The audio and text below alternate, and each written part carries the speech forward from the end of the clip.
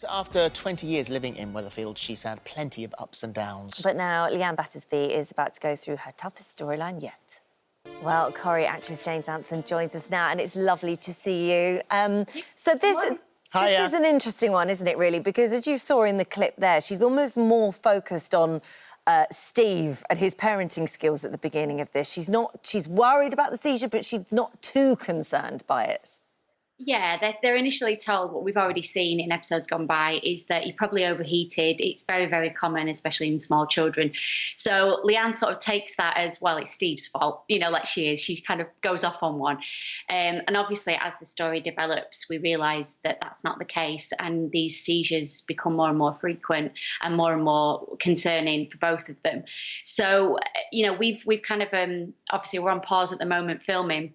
But we've got lots of episodes to come where you see their relationship they were kind of at war with each other a little bit because they've both got different feelings as to what's wrong with him and how they should deal with it. But ultimately, it kind of brings them closer because eventually they do get a diagnosis, which is quite devastating. Yeah, we'll come to that diagnosis in just a moment because it is a huge storyline. I mean, this is the early signs were in February. He was napping a lot, and then it's got more and more and more and more. And this week's quite an important week for the story, isn't it? Yeah, this is when the story he goes to hospital, and the medics are quite concerned as to why he's having these fit, and they can't stop it. So obviously that sets a lot of alarm bells ringing. So that's where the story really takes a turn for the worse. And in the coming weeks, we eventually get the diagnosis of what's wrong with him, and it becomes quite devastating for everybody involved. We've got a clip of, and I think this is where you're talking to the doctors. When did this seizure start? Well, it's about... No, sorry, go on. I went to check on him. He was asleep in his room and he was shaking. His whole body? No, it was an arm and a leg to begin with. Yeah, that's right. Are you sure about that? Why is that significant? It could be. Well, then his whole body just... I'm going to need to do some blood tests and an EEG. And what are they for? As you say, this is the second time this has happened. I just want to try and find out if there's any underlying cause. Like what? It's too early to say.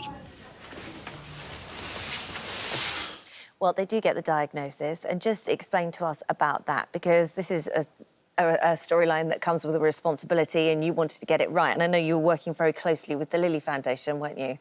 Yeah, absolutely. Storylines that I've had in the past have been kind of revolving around men, affairs and breakdowns in friendships and all that kind of thing. And this is an illness which is life-limiting, and it's obviously involving a very small child. And lots of people are sadly going through this. So we spoke with a lady called Liz from the Lily Foundation, and sadly her young child, her young baby, died from this condition. And she was really helpful in explaining what life was like for her, how she felt about the diagnosis. You know, obviously, at such a vulnerable age, she didn't know how long this condition would last, how long it would go on for. She had 2 other children to look after. So we worked with her, not just to talk about the medical side of things, but just the human side of things. And my concern as an actress was portraying the truth.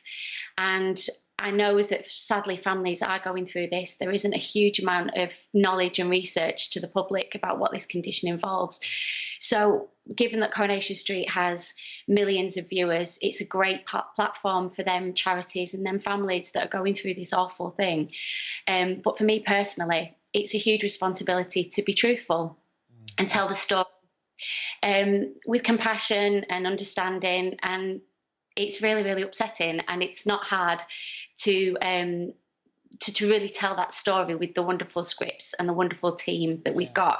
So hopefully we can help those charities and those families who are sadly facing this awful condition, because it really is, there's no hope. It's not enough research, and we don't know enough about it, but sadly it is life-limiting, and it's devastating for many people. It's called mitochondrial disease. We should say what it actually is. And you teamed up. You mentioned Liz. It's Liz Curtis from the Lily Foundation. It was her daughter, Lily, who died, and that's why it's named after her. And as you say, you know, just mentioning it out loud, doing it on Coronation Street, doing it here, certainly spreads much more awareness of it. And also the other thing that you mentioned, you talk about the team. The boys, the twins, are amazing. Yeah, aren't they? Oh, my boys. Oh, yeah, we've got our beautiful twins, Jeremiah and Emmanuel, who are only 3.5. And of course, as you can imagine, we're making them go in hospital beds, and they've got little cannulas in and feeding tubes up the nose. And I should also give a little mention to George, our little stunt double, who's a little bit older. So he's needed for when we've run out of time with the twins, and for the sort of wider shots where we can kind of get away with that a little bit.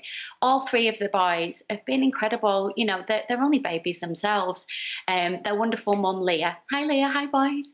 They have just been so good and so accepting, and you know, which is probably quite harrowing for her to see her little boys with all these medical equipment. And even though we know this story, our boys, that's not real.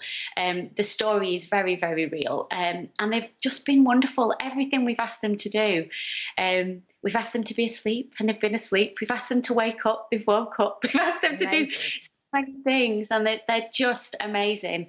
And I'm so proud of them. Well, it is an extraordinary storyline. As you say, I think it'll get quite upsetting, but you've done it very well so far. Corrie is tonight at 7:30 on ITV, and hopefully it won't be long before you can all get back in and get some more episodes made, because we're going to run out eventually, aren't we? I know. Hurry back when it's safe to do so. Thanks, you for joining us. Take care. Thank you. Bye-bye.